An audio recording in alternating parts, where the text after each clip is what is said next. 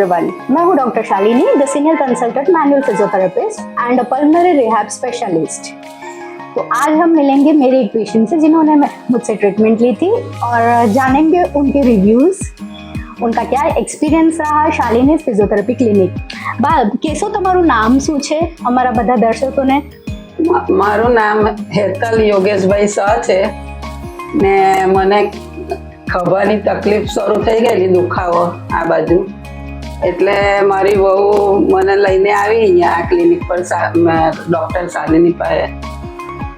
પણ મને એટલો બધો દુખાવો હતો સ્ટાર્ટિંગમાં આવી ત્યારે, તો મને મનમાં એમ થતું હતું કે શાલિની બેનથી સારું થઈ જાય તો સારું, એટલું બધું દુખતું હતું, કશી મુવમેન્ટ મારાથી થતી નહીં હતી, હાથ ઊંચો નીચો પોળો કશું નહીં થાય, એટલું બધું પેઇન હતું ખભામાં।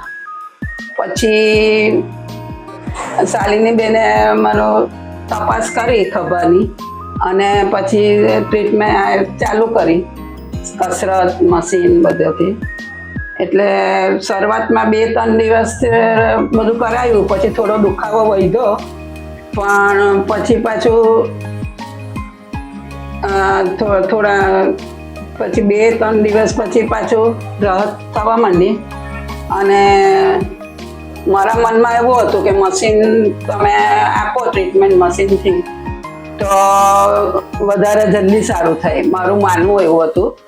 પણ પછીથી મશીન સાથે એક્સરસાઇઝ ઘણી જરૂરી છે ને એક્સરસાઇઝ એમને એટલી ફાઇન કરાવી સારા ડૉક્ટર શાલિનીએ, તો મને હવે આજે 7મે દાડે બહુ જ ફરક લાગે છે અને દુખાવો પણ ઓછો છે ને હું પહેલાં કરતાં બધી મૂવમેન્ટ કરી શકું છું।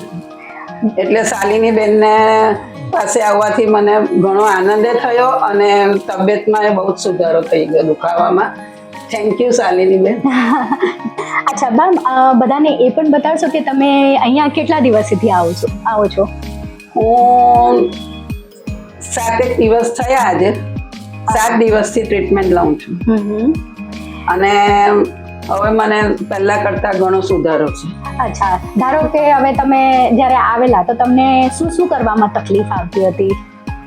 જ્યારે હું અહીંયા આવી શરૂઆતમાં તો મને કપડાં પહેરવામાં, પછી માથું ઓળવામાં, માથામાં બક્કલ નાખવામાં બધી જ તકલીફ હતી, કશું થતું નહીં હતું આવી ત્યારે, એટલો બધો ખભાનો દુખાવો વધી ગયેલો। પછી હું આવી, પછી મેં કીધું શાલિની બેનને મારી હકીકત બધી, એટલે પછી એમને મને તપાસીને મશીન ચાલુ કર્યા અને કસરતો કરાવી। પણ હવે મને ખબર પડે છે કે મશીન સાથે સાથે કસરત વધારે જરૂરી છે। કસરત તમે કરો બરાબર ને એમને એટલી ફાઇન કસરત કરાવી ડૉક્ટર શાલિનીએ, તો મને હવે આજે 7મે દાડે ઘણો ફરક છે, સારું છે। એટલે 100% જેમ તમે આવેલા ત્યારે તમને 100% દુખાવો હતો, એટલો દુખાવો હતો એમને આમ હલાવતા પણ એટલી બધી તકલીફ આમ પણ નહીં કરી શકતી, કશું જ નહીં, અડકીએ તો એમને એટલું બધું દુખતું હતું ને। બા આજે જરાક હાથ ઊંચું કરીને બતાડો ને કેટલો હાથ ઊંચો જાય છે, કોણીએથી સીધું કરીને લઈ જાઓ। જો આજે હું આટલું ફરક થઈ ગયો છે મારી એમાં દુખાવામાં। Very good. તો એટલે ફિઝિયોથેરાપી એટલી જ ઇમ્પોર્ટન્ટ છે ને। જો ટાઈમ ડ્યુરેશન શું બધા પેશન્ટની જુદી જુદી હોય છે। હવે એમને દુખાવો પણ ફટાફટ આવી ગયો, ઘણાને દુખાવો નથી આવતો પણ રિઝલ્ટ પણ તરત આવે છે। એટલે એ ટોટલી બોડીની પ્રકૃતિ સાથે ડાયાબિટીસ, થાઇરોઇડ, બીપી એ બધી કન્ડિશન્સ પણ બહુ ઇફેક્ટ લાવે છે। જેટલી બીમારીઓ તમે સાથે લઈને આવો એટલું થોડુંક ટ્રીટમેન્ટનું ડ્યુરેશન મોડું થાય, બરાબર। પણ થોડુંક પેશન્સ અને ધૈર્ય આપણે જે મેન્ટેન રાખીએ તો એમાં આપણને હવે એમને એટલું બધું તકલીફ હતી, આવતા ટાઈમે એમને એવું થતું હતું કે હું જે કપડામાં છું એ જ કપડામાં જતી રહું, મારાથી તો બીજા કોઈ કપડાં હવે પહેરાવાના નથી। તો હા, એટલે જ્યારે આવ્યા હતા ત્યારે મને એમને કીધું હતું આવું, તો એટલી બધી તકલીફ હોય ને માણસ જરાક પણ હલાવી નહીં શકે, અડકે એટલે પણ દુખે। 7 દિવસમાં ટોટલી બોડી ઉપર છે। હું મારી ટ્રીટમેન્ટ આપીશ પણ બોડી ઉપર તમારી કેવી રીતે અસર આવે એ ટોટલી બોડી ટુ બોડી। એમની બોડી જુદી છે, એમની કન્ડિશન જુદી છે, બીજાની બોડી જુદી છે ને બીજાની કન્ડિશન જુદી છે. તો બા તમને ધારો કે 100% દુખાવો હતો ત્યારે આવેલા 7 દિવસ પહેલા, ને હવે કેટલું છે? 100માંથી હવે કેટલી રાહત મળી તમને? હવે જ્યારે આવી ત્યારે 100% દુખાવો હતો ને હવે આ બધું ટ્રીટમેન્ટ લીધી, મશીન લીધા, કસરતો કરાવીશ ડૉક્ટર શાલિનીએ, તેના પરથી હવે મને હવે 60-70% દુખાવો ઓછો થઈ ગયો. અચ્છા, અને મુવમેન્ટ તમે જોશો અત્યારે જોઈશ તમે, મુવમેન્ટ એમની લગભગ 90-95% જેટલી એમની મુવમેન્ટ રિગેઇન થઈ ગઈ છે. પણ એમને એક જ વસ્તુ મેં કીધેલું, ધૈર્ય રાખજો. એમની પેશન્સ ને અચ્છા બા તમે એ પણ જણાવજો ઘરે તમે શું શું કર્યું હતું? ઘરે તમને શું સલાહ આપી હતી ને તમે શું કર્યું હતું? ઘરે તમે મને કીધેલું એવી રીતે ગરમ પાણીનો શેક કરેલો દિવસમાં 4 વાર, ને તમે કીધા હતા હજી વધારે વાર થાય તો સારું, પણ મારાથી 4 વાર થયો એટલે મેં 4 વાર ઘરે શેક કર્યો ગરમ પાણીનો. એનાથી મને દુખાવો ઓછો થયો, મેન્ટેન થયો. હા, મેન્ટેન થયો, દુખાવો બહુ વધ્યો નહીં.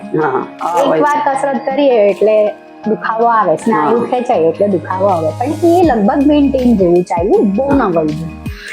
અને એટલું છે, બહુ સારા વ્યક્તિ છે ને સાથે સાથે જેમ જેમ આપણે એમને કહીએ એમ કરે છે ને ધૈર્ય પણ એટલું આમ રાખે ને હસમુખ માણસ.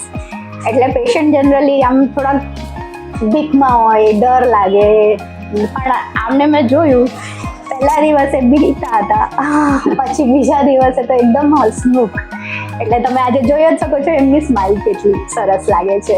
એટલે અમારા ત્યાં અમે એવી રીતે જ બધાને ટ્રીટ કરીએ કે માણસને એવું લાગે જ નહીં કે એ બીજી જ કશી જગ્યાએ છે. બધાને જણાવજો ને તમને અહીંયા કેવું લાગ્યું મારા સાથે. મને નવું પહેલા તો એમ થતું હતું કે હવે ડૉક્ટર સાથે કેવી રીતે હું ટ્રીટમેન્ટ લઈશ, કેવા હશે, સ્ટ્રીક હશે કે હસમુખા હશે કે શું. પહેલે દિવસે બહુ એવું થતું હતું, પણ પછી જેમ જેમ હું આવતી ગઈ ને જેમ જેમ ટ્રીટમેન્ટ કરાવે એટલે એટલી ફાઇન ટ્રીટમેન્ટ કરાવે, અને એમનો સ્વભાવ પણ એવો કે ગુસ્સે થાય નહીં ને હસીને સમજાવીને આપણે બધું કરાવે.